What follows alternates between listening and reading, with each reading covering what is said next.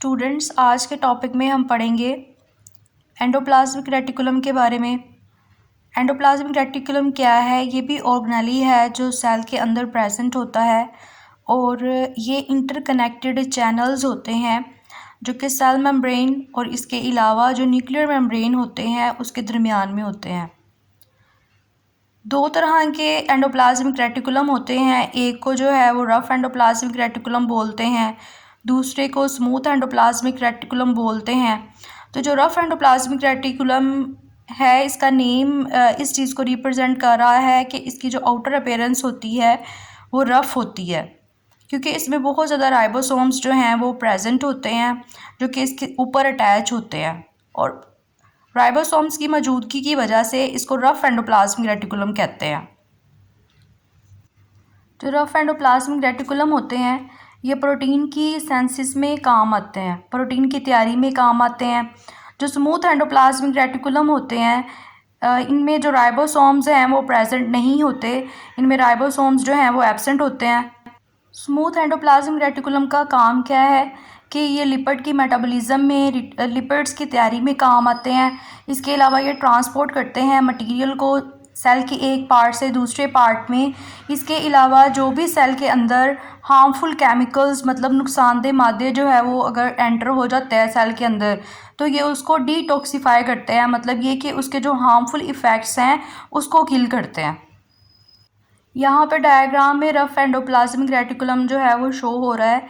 Blue जो structure है ये राइबोसोम्स को रिप्रेजेंट करता है और इस तरह से इसको रफ एंडोप्लाज्मिक रेटिकुलम कहते हैं। नेक्स्ट जो डायग्राम है इसके अंदर न्यूक्लियर इन्वेलप भी शो हो रहा है, न्यूक्लियस भी शो हो रहा है। इसके अलावा rough endoplasmic reticulum and smooth endoplasmic reticulum ये दोनों ही आपस में इंटरकनेक्टेड है।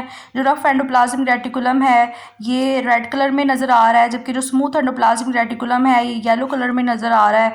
तो ये बिल्कुल कंटिन्यू है न्यूक्लियर इन्वेलप से लेके सेल मेम्ब्रेन तक। गोल्जी अपरेटस या गोल्जी कॉम्प्लेक्स।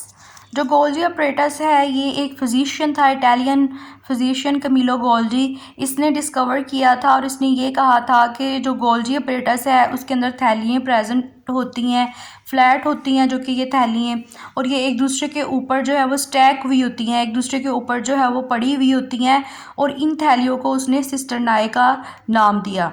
अगर पूरे सेट की बात की जाए, मतलब जो सिस्टरनाए है वो एक दूसरे के ऊपर जो है वो स्टैक हुई होती हैं, एक दूसरे के ऊपर पड़ी हुई होती हैं।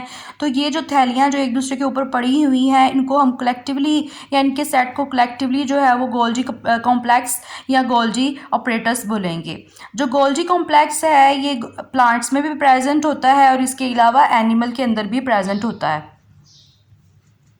जो गोल्जी कॉम्प्लेक्स है इसका काम क्या होता है? जो भी रफ एंडोप्लाज्मिक रेटिकुलम से मॉलिक्यूल्स आ रहे होते हैं ये उनको पैक करता है, और इसके अलावा स्मॉल जो सेल मेम्ब्रेन है उसके ज़रिए से इसको बाउंड कर देता है, मतलब पैक कर देता है और एक थैली सी बना देता है जिसे गोल्जी वेसिकल कहते हैं। इसका मतलब ये है कि ये ट्रांसपोर्ट में काम आता है और ये स्टोरेज में काम आता है। जो मॉलिक्यूल्स हैं उसको ये थैलियों की फॉर्म में जो है वो स्टोर करता है, या तो फिर सेल के डिफरेंट पार्ट्स के अंदर डिस्ट्रीब्यूट कर देता है मटेरियल्स को इन थैलियों का, या फिर सेल के आउटसाइड की तरफ, मतलब एक्सटीरियर की तरफ जो है वो ट्रांसपोर्ट कर देता है।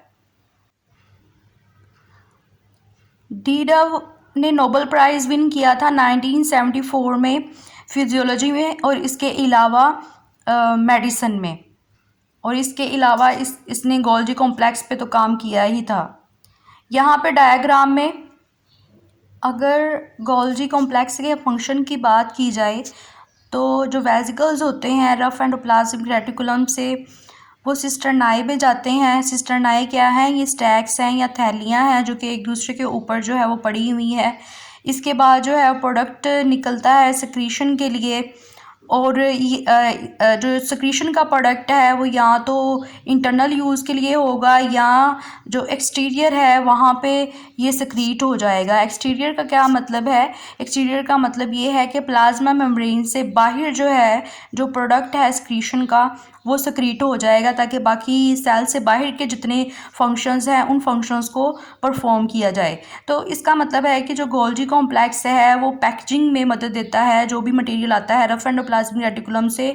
और इसके अलावा पैकेजिंग करने के बाद जो मटेरियल है उसको या तो सेल के अंदर यूज़ के लिए छोड़ दिया जाता है, एक्सक्रीट कर दिया जाता है, या सेल से बाहर जो है वो रिलीज़ कर दिया जाता है।